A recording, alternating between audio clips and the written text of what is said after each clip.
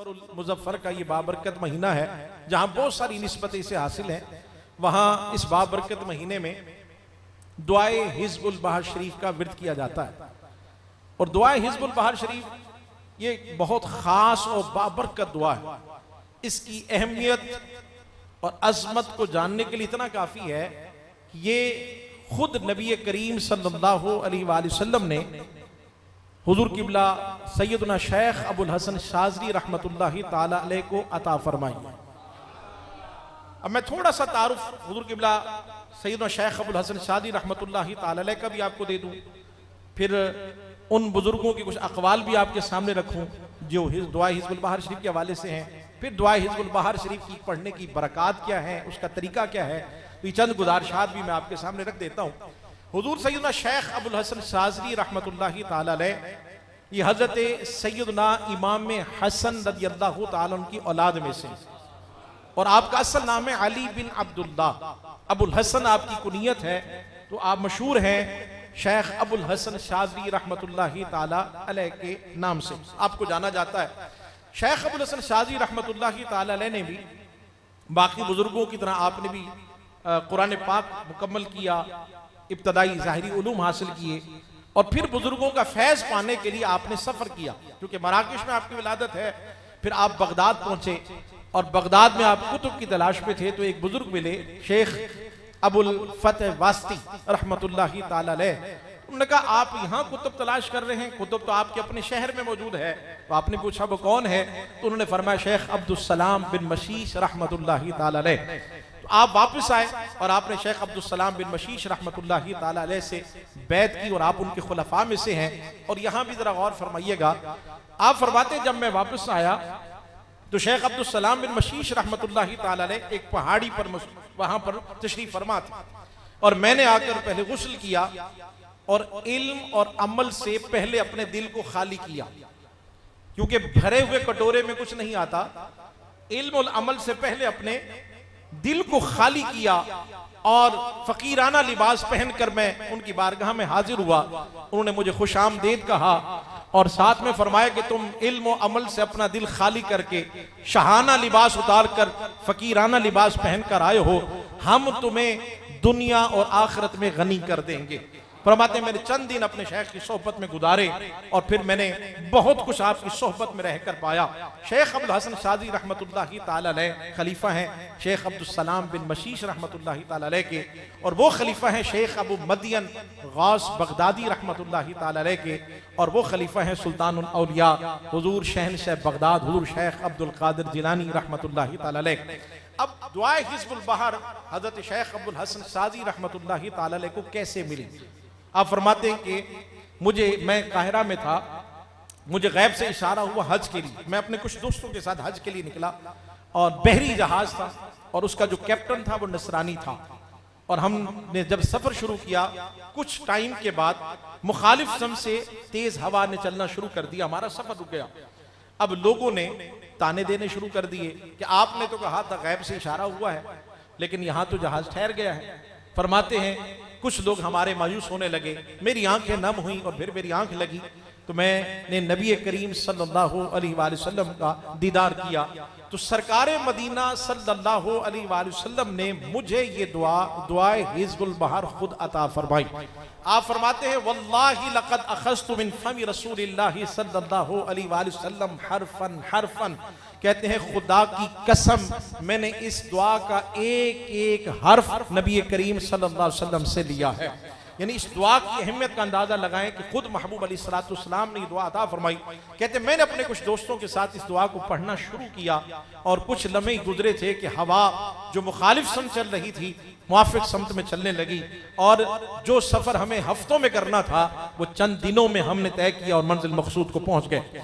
हज़रत शेख अबुल हसन शाज़ली रहमतुल्लाहि ताला अलैह खुद फरमाते हैं इस दुआ के हवाले से, आप फरमाते हैं कि अगर कोई किसी खौफ ज़दा पर यह दुआ पढ़ी जाए तो अल्लाह उसे अमन अता फरमा देता।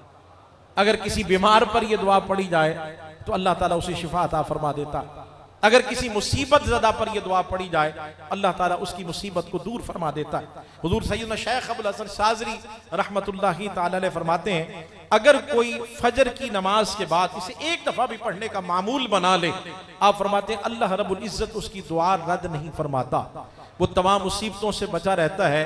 और यहां तक फरमाया कि वो इंसान जिन्नात के बिलखुसूस इंसान और जिन्नात के शर से महफूज रहता है। और आपने फरमाया अगर कोई शख्स फजर के बाद ना पढ़ सके 24 घंटे में, यानी शब रोज में अगर एक दफा भी इस दुआ को पढ़ लेता है, तो आपने फरमाया कि वो डूब कर नहीं मरेगा, एक्सीडेंट की मौत नहीं आएगी, आग लगने से महफूज रहेगा, अगवा होने से महफूज रहेगा। ये शेख अबुल हसन शाज़ली रहमतुल्लाहि ताला अलैह, जिन्हें महबूब अलैहिस्सलातु वस्सलाम ने ये दुआ अता फरमाई है, वो खुद इस मुतल्लिक फरमाते हैं। और इनके साथ में चंद बुजुर्गों के अक़वाल भी आपके सामने रख दूं ताकि इस दुआ का तारुफ हम तक पहुंच जाए।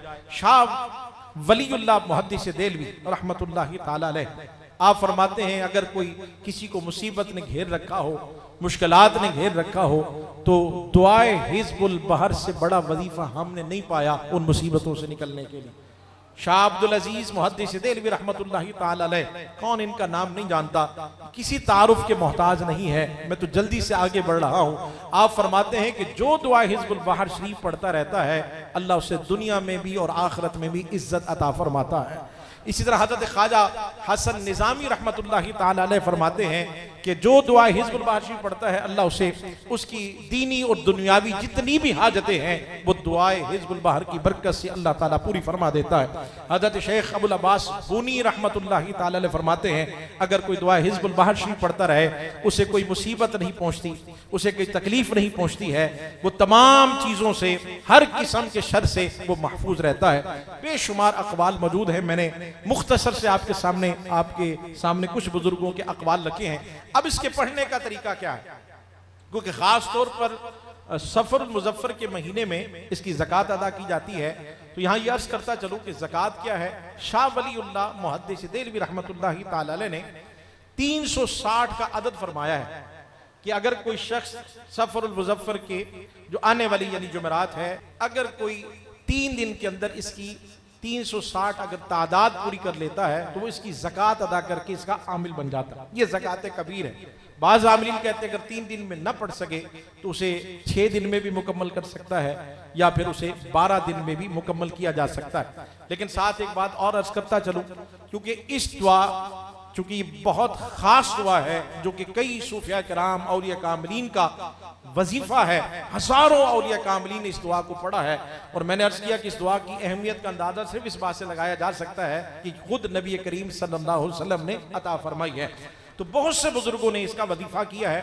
तो इस दुआ को पढ़ने से पहले इजाजत लेना जरूरी है, किसी भी कामिल से, किसी भी बुजुर्ग से इजाजत जरूरी है। इस पर भी मैं एक बात अर्ज कर दूं, मेरे मुरीद में ये बात मौजूद है, मैंने पहले भी शायद जिक्र किया था कि एक बुजुर्ग हज़रत किबला हाफिज अब्दुल करीम रहमतुल्लाहि ताला अलैह को लेकर ताजदार गोलड़ा हुजूर किबला पीर सैयदना मेहर अली शाह साहब रहमतुल्लाहि ताला अलैह की बारगाह में पहुंचे कि हजरत इसे दुआ हिज़्बुल बहर की इजाजत भी अता फरमा दें और इसे पढ़ने का तरीका भी इरशाद फरमा दें।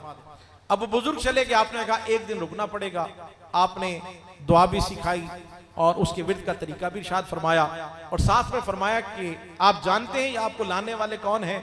तो हुजूर किबला हाफिज अब्दुल करीम रहमतुल्लाह अलैह ने फरमाया, ये खुद एक बड़े बुजुर्ग हैं, कहा मैं नहीं जानता। तो आपने फरमाया वो जो तुम्हें मेरे पास लेकर आए थे बुजुर्ग थे, वो हज़रत खिज़र अलैहिस्सलाम थे जो तुम्हें मेरे पास लेकर आए। तो इस दुआ की अहमियत का अंदाजा लगाएं और इसके लिए इजाजत का होना जरूरी है। और चूंकि इसकी जो खास तौर पर जब ज़कात दी जाती है उसकी बहुत सारी शराइत है, लेकिन वक्त के दामन में गुंजाइश नहीं। मैं ये कहा करता हूं कि सबसे पहले तो अल्लाह की बारगाह में सच्चे दिल से तौबा की जाए, क्योंकि ये बाबरकत वजीफा है। अगर आप एक मरतबा भी इसे रोजाना मामूल में रख लें तो इसकी बरकतें आप अपनी आंखों से देखेंगे।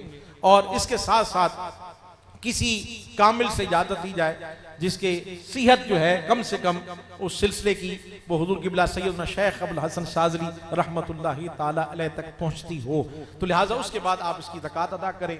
और अगर इस तरह 3 दिन में या 6 दिन में 12 दिन में मुकम्मल न कर सके तो अगर आप पूरा साल भी बिला नागा इसमें फिर नागा नहीं होना चाहिए। एक दफा भी फजर के बाद आप अपने पढ़ने का मामूल बना लें तो इंशाअल्लाह जो बरकत मैंने आपके सामने चंद बुजुर्गों के अक़वाल रखे हैं, अल्लाह रब्बुल इज़्ज़त आपको भी जरूर अता फरमाएगा।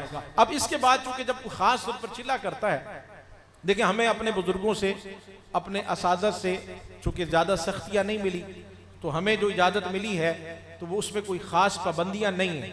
इसलिए मैं अपने दोस्तों को जब भी इजाजत देता हूं तो खास शराइत नहीं, लेकिन ये जरूर कहूंगा जिसको जहां से इजाजत है वो वैसे ही जैसे उनको बुजुर्गों ने बताया वैसे वो अमल करे। लेकिन खास तौर पर जो हमारे दोस्त अहबाब हैं जो ज़कात अदा करते हैं और अल्हम्दुलिल्लाह जिनका मामूल है ये, तो मैं ये कहता हूँ कि कोशिश की जाए। देखिए एहराम की पाबंदी है, मैं कहता हूँ अगर आप नहीं पहन सकते तो कम से कम कोशिश की जाए कि सफ़ेद लिबास का इंतखाब किया जाए। जाए नमाज एक ही जगह इंतखाब किया जाए, हो सके तो मस्जिद में ही तो कम से कम घर में एक जगह को मखसूस कर लिया जाए। तो जितना वो कहते हैं ना सादा सा जुमले में मैं अगर आपको अर्ज कर दूं कि जितना हम गुड़ डालेंगे उतना ही मीठा होगा। अगर रोजा रख लिया जाए तो बहुत अच्छी बात है। फिर यह ज़कात मुकम्मल करने के बाद जो है तो इसके बाद जब आप तादाद मुकम्मल कर लेते हैं तो सदका करना होता है। तो या तो एक बड़ा जानवर यानी गाय ज़िबा की जाए। तो हमारे यहाँ मुरीद बैठे हुए चन्ना साहब, पिछले साल जब मैंने इनसे अर्ज किया था, दोस्तों को बता रहा था, तो कहने लगे हजरत पढ़ तो हम लेंगे लेकिन गाय आप अपने पैसों से ज़िबा कीजिएगा। तो लिहाजा या तो गाय, अगर ये हैसियत नहीं है तो फिर एक दुम्बा या बकरा ज़िबा किया जाए। अगर ये भी नहीं कर सकते तो फिर एक मुर्गा ज़िबा किया जाए और ख़ास तौर पर जो है वो नियाज का जो एहतमाम किया जाए वो हुज़ूर क़िबला सैयदना शेख अबुल हसन साज़री रहमतुल्लाहि तआला अलैह को पेश किया जाए। और साथ में ये भी अर्ज करूँ अगर मुमकिन हो, जो हबाब ये पढ़ते हैं तो ख़ास तौर पर जिन दिनों में आप ज़कात अदा कर रहे हैं तो मुमकिन हो तो रोज़ाना 2 नफिल पढ़ के भी हुज़ूर सैयदना शेख अबुल हसन साज़री रहमतुल्लाहि तआला अलैह को पेश की जाए। तो मेरे ख्याल में इंशाअल्लाह फिर आप करम देखिएगा, क्योंकि बहुत ही बाबरकत और खास दुआ है, इसलिए इजाजत इसमें शर्त है। तो अल्लाह करीम अपने प्यारे हबीब सल्लल्लाहु अलैहि वसल्लम का सदका आप सबको इस दुआ की बरकत अता फरमाए। जो पढ़ रहे हैं या जो पढ़ने का इरादा रखते हैं, अल्लाह करीम दारैन की बरकतें और भलाइयां नसीब फरमाए।